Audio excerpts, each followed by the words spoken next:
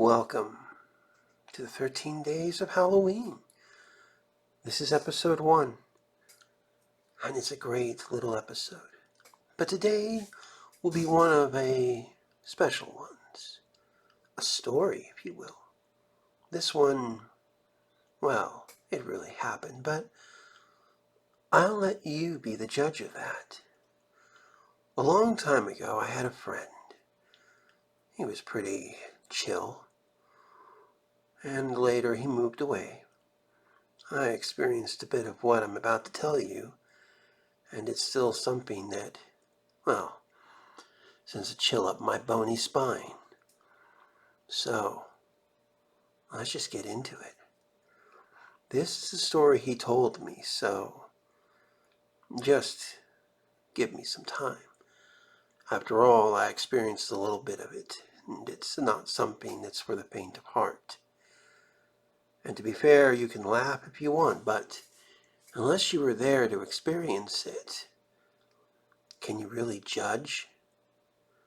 Well, here we go.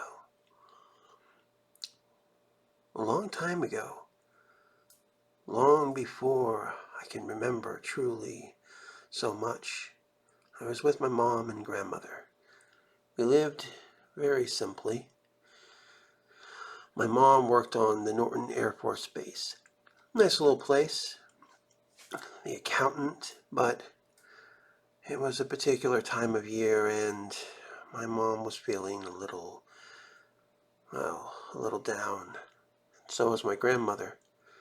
I didn't know it at the time, but it was the anniversary of my uncle's death. He was in the U.S. Navy and had died in an auto accident. It breaks your heart when you think about it. I only have vague memories of him, and as much as it pains me to say, they are fading with time. You would think they wouldn't, but they do. Tragic when you think about it. One day I came downstairs, and with the way this particular apartment was set up for the three of us, my mom had converted a very large area of the apartment into her own personal bedroom. It worked. Me and my grandmother got the top floor, and in all fairness, it wasn't all bad. We lived there for many, many years before we moved. But the events that happened, they leave a stain on your soul and your memories. And what happened, well, it was burned into my memory, that's for damn sure. Well, a few little things here and there have faded with time. What I felt that night didn't. And God, I wish it had. Just before the event, I saw what could, only be described as a strange board game in my mom's room. I found it weird. A little strange pointer and all these letters and numbers. At the time, I didn't know quite what I was looking at, but I'd come to regret it a little bit. Then, I didn't think anything of it. However, this was the dead of summer and, sundown didn't occur to well past 8 o'clock, and my bedtime was 8. I was a young kid. I didn't think anything of it. But to be fair, I hated the summer for this one little fact. It's so hard to go to sleep when, no matter how hard you try, you can't go to sleep during the day. It was like the opposite of a vampire, and it still gives me a little bit of chills. My friend Reap was the same way, and he would become involved in this too. That night, I finally managed to get to sleep after the sun was down enough and my room was dark. The only light, a simple nightlight. To be fair, from where my room was positioned, this was the only way I could see where I was going. I didn't exactly keep the cleanest room, if you get my drift. So, middle of the night, I finally wake up, and nature's calling. What do? I head on out. Bathroom wasn't that far. No more than a couple of steps. I'm getting over the grogginess of just waking up. However, while I admit to never being a morning person, when I'm up, and I knew it would be a little bit before sleep would claim me again. such as the dregs. That's when I noticed it. Upon the wall, across from my grandmother's room, literally the light of her doorway, was about the only light I could see in the hallway. Not from nightlights, but from lights that were outside her window. The tree branches would occasionally dance in the wind. It was a unique sight. Nothing scary, even with all the horror movies I saw as a kid. But, well, this night had something that I never saw before. For some reason, all of our felines, the cats, wouldn't come up to the room. It was weird. My cat would occasionally come in and dive bomb me, trying to wake me up. And my mom's cat and my grandmother's cat would always go up to sleep with her. But this wasn't normal. There was a feeling in the air. I was afraid. It made no sense. Why was I afraid? I looked at it. It didn't make a damn bit of sense. What the hell was I looking at? Unlike the shadows of the tree branches dancing in the wind, this was, for the lack of a better word, pitch black as sackcloth. That was unnerving enough, but it was moving. It was breathing. At first, I thought it was my grandmother. I looked into the room, terrified, and, well, she was sound asleep. And there was nothing anywhere that created this kind of shadow. It looked, to be fair, like a man's. The only equivalent I could draw to it in terms of the look and feel was when you saw the picture of Alfred Hitchcock's shadow in those TV shows. That was the closest I could come to, especially since my grandmother had a very particular crew cut. Remember, this was pretty much a military family between the Air Force and the Navy. You kind of recognize that stuff. When I realized it wasn't her, there was nothing on her dresser, her drawers, her nightstand, hell, even the window seal. It got me a little afraid. Still, nature called, and I went into the bathroom thinking that when I came out it would be gone. It wasn't. It was still there. It almost seemed to be more intent, like it was looking at me. At one point, I swear it had mass. All I know is that, I got back into my room.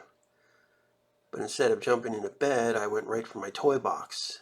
People might find this strange, but I had a rather beautiful and well-designed crucifix in there.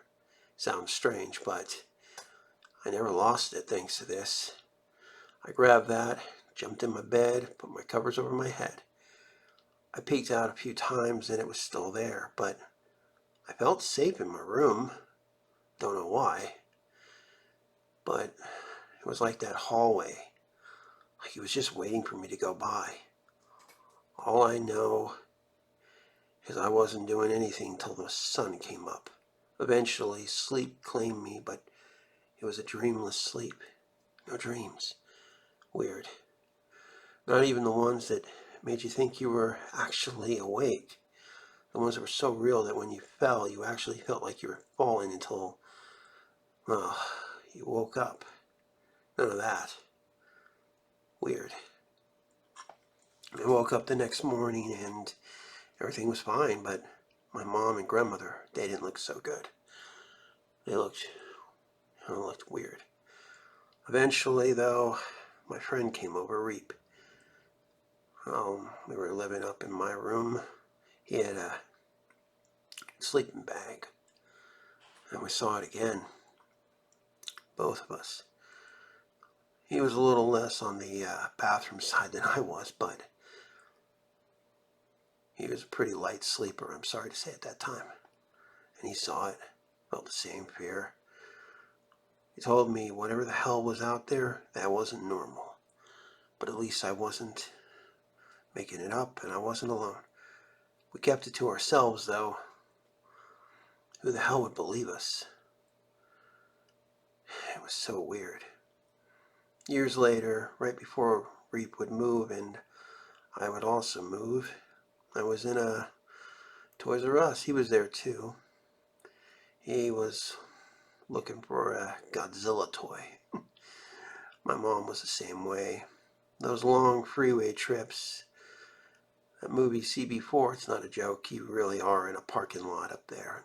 Those trips, the General Dynamics. And my mom just kept that particular personality and everything. It worked. She was like a big kid at times. We came across a section where the board games were. I was kind of interested in finding Battleship and maybe to see if a new edition of Candyland had come out. The things you play when you're kids. That's when I saw something that caught my interest. It was a board with a strange pointy thing and numbers and letters all over it. But I was older and I recognized the board. Ouija. But this one, what caught my interest was it glowed in the dark. By this point I knew what a Ouija board was, but I hadn't thought back to that time. I was about to. It wasn't any old little thing. Me and Reap, we'd seen it, but we didn't think. That was until I basically laughed and pointed to it and got my mom's attention. When she turned around and looked at it, and I was like, great, glow-in-the-dark Ouija board. Just what you need to make your life harder with the unknown. The look on her face was one of dread. I saw the damn color drain from her face. We're, well, a lot of European in us. Irish, Scottish, German, some Italian, and we have Native American just like Reap, so we're not entirely normal. Heinz 57, someone once called us. Go figure. But seeing her become ghostly white and, oh my God, that was a little more. Both of us were a little shocked as she then grabbed both of us and said, we're getting the hell out of here, and we are never buying that piece of shit game. She was scared. Then I thought back to those couple of days, and they were scared, and then it just ended, and I saw a couple of days for them to recover. That's when I remembered that board game in my mom's room. She had a Ouija board. What the hell had she done? What the hell had they done? It was both of them. Me and Reap, well, we agreed never to talk about it. To be fair, it was kind of terrifying to think about it. If what we had experienced was terrifying but seemed to keep us in that room, even my grandmother, she also had a crucifix in there and other things, including stuff from my uncle and other things. I can only imagine what they experienced. Remember, we were going to bed at 8, so... And I knew from some experience they didn't go to bed till almost 11. Things they had to do and everything. What the hell had they experienced? I knew what I experienced, and it was terrifying. But something told me it was worse for them. Whatever they did, they stopped it, thank God. I didn't put two and two together for a long time. But those memories of what I encountered those 2 days, for me and that one day with Reap, well, that's burned into my memory until the day I die. You're not gonna forget that kind of shit. And the worst part was both me and him, at night and even during the day, we couldn't debunk it. We couldn't find a damn thing that made sense. Kind of messes with your head when you think about it. The only good news is whatever it was, it's gone. And I have no interest in trying to do anything stupid. I see some people and I'm glad they go to the unknown, but there are times they go a little too far. Well, I wasn't about to risk my life or anyone else. And soon Reap will be in another state, and God knows where I'll be. I just hope everything works out for that old Reaper. And me, I know one thing. It's terrifying to think about it. I don't want to, but it pops in my head. And as Reap listens to me say all this, writing it down and everything, and committing it to his own mind, I know that damn board's burned into our memory too. It wasn't at the time, but it was still fresh enough for us that it's there now. Both of us, we won't go near a board. Call us crazy, call us paranoid, call us superstitious. But we're still safe and sound, and we're not crazy. And I don't intend to do anything crazy like that again, if I can help it. I know Reap's the same way. And to be fair, both of us have had our own experiences a few other times. But nothing like that, thank God. I just hope it's over. That's the story. And it really happened. Terrifying as it is to believe, it happened. I told someone a few years ago about it and they were spooked. Well, another person just laughed it off, and I said, you wouldn't be laughing if it was you who experienced it. A lot of people tend to forget that. One thing I know for certain, I'm never touching a Ouija board again. And I've even avoided a few weird things. Ouija wallet, believe it or not. Yeah, somebody actually made one of those. And I've got a thing about even going into occult stores. I'm not risking my immortal soul or any other thing or any person I'm aware of for that kind of insanity. I hope everybody else is as smart. Just sometimes being in a place that's reported to be haunted when you're not looking for stuff, it's usually the best route. And although I've been in a few spooky places and seen one or two things, I don't go looking for it, and I don't think anybody should. Shit happens, best not to make it worse. So guys, that's my story. Hope you like it. I'll have another one next year. But guys, like and subscribe, hit the bell for notifications, and I'll see you later. And remember, be cautious. You don't know what on the other side is looking at you.